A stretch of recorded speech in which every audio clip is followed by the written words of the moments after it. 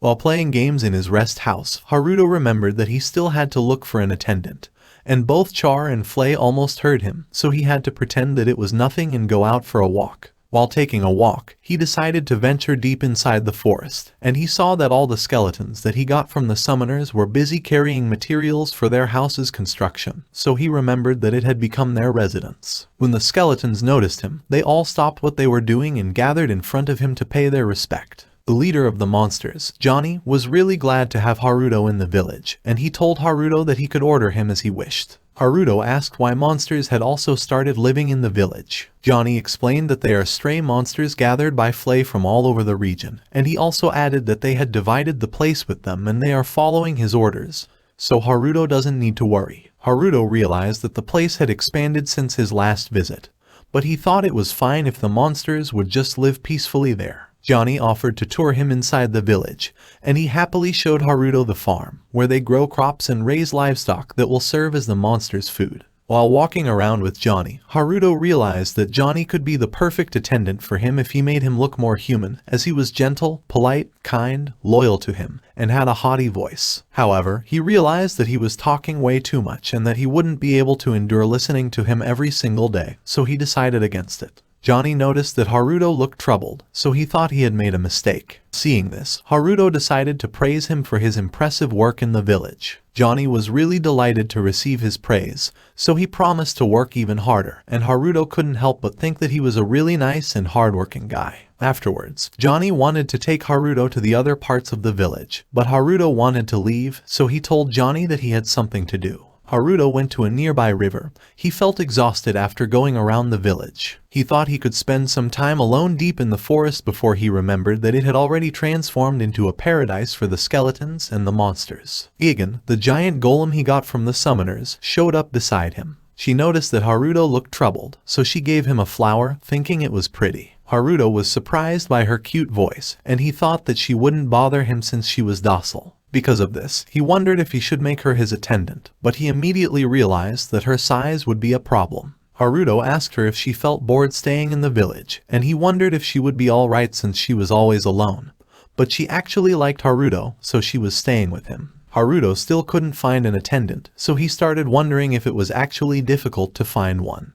But he decided to return home first. Flay was waiting for him at home, and she immediately asked about the attendant he had mentioned before going out. He was surprised that she was sharp in this kind of situation, and then he thought of just bringing her as his attendant. However, he remembered that his father told him that Flay was not a choice, so he told her that it had nothing to do with her. The next day, Char told him that she had thought of other fitting names for the Black Knight. It was Schwarzer Krieger, in short, Schwa. Char excitedly explained that it was a supreme being that reigned over creation and destruction.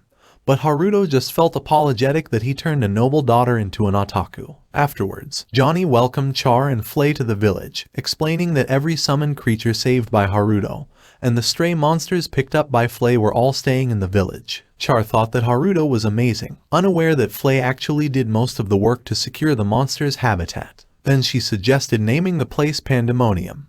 Johnny thought that it was a wonderful name, and Flay also agreed. At the same time, on a mountain with a strong snowstorm, a blizzard dragon was cornered by a group of warriors, who were determined to hunt the dragon as they could earn a lot from it. However, the snowstorm got even stronger, so the dragon disappeared from their sight, but they saw it when it started flying through the storm. The dragon had several arrows buried in its body, so it had difficulty flying, and it immediately fell into the mountains, causing an avalanche that also dragged the dragon down the mountain. Gold informed Haruto that a huge blue monster had flown from the Empire but crashed before passing through the Imperial border. Because it was still outside their territory, Haruto didn't want to get involved. However, Gold was worried that it could enter their region anytime soon, and since it was injured after being hunted in the Empire, it could rampage in their territory instead, which could cause a lot of casualties, so he wanted Flay, who was also a demon, to check its situation. Flay refused, saying that she would only follow Haruto's orders, so Haruto immediately ordered her to do what Gold had asked her. However, Haruto was surprised when she actually refused to follow, so he asked the reason for it. Flay explained that, based on the dragon's size, it wasn't born recently. However, she didn't know any blue dragons who had fought with them during the desperate fight between the demons and humans, so she was certain that this dragon had hidden itself in the mountains and feigned ignorance, and she didn't want to protect such a coward.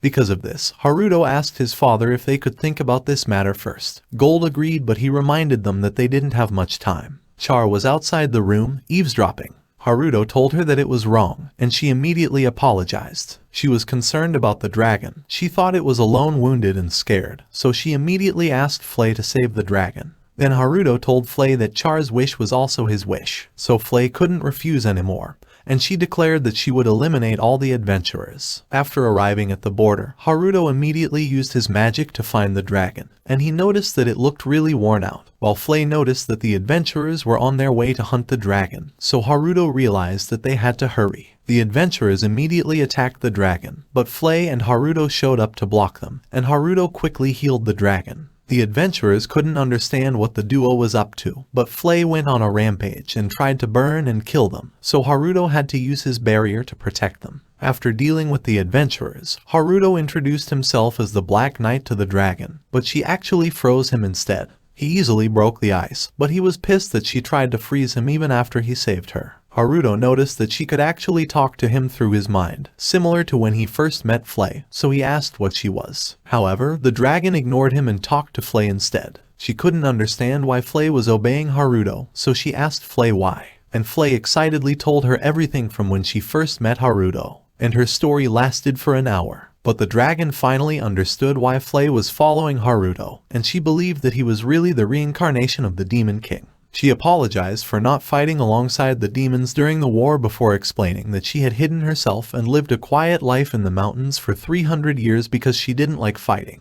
Haruto was surprised that a dragon didn't like fighting, but he was excited and jealous of her shut-in life, so he asked what she had been doing for the past 300 years. She explained that she was just curled up in the cave at first, but she got a book that an adventurer left behind, and she read it over and over. Because of this, she felt the urge to read even more books, so she decided to leave her cave and head to a human village. And from then on, she would take on human form and visit human villages to take some books with her. She thought it was so much fun, so she did it countless times and gained so much knowledge. However, she was discovered by adventurers, so she had to escape, leaving all her books behind. Flay was really touched by her story, and she immediately acknowledged her as one of her brethren, so she offered to let her stay in Pandemonium. Haruto didn't know where that was, so Flay explained that it was his second home, and the name was chosen by Char. Then Haruto explained that their goal in meeting her was to offer her shelter. The dragon was delighted to hear it, so she immediately agreed. While looking forward to reading some more books and spending time with others, she wanted to feel the emotions that she had learned through the books. Afterwards, she thanked Haruto for saving her and accepted him as her master. Then she started transforming into her human form.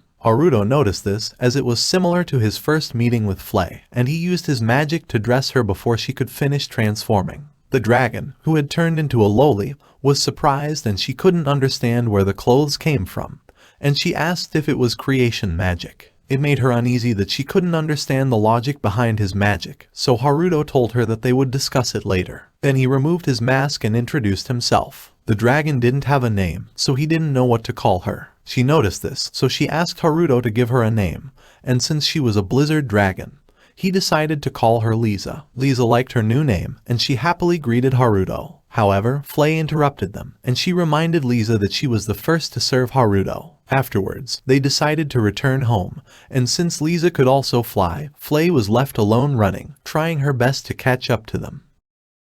Thank you all for watching. Don't forget to drop a like if you enjoy this video, and please subscribe so you won't miss the next part. And just comment down any anime you want to see in this channel.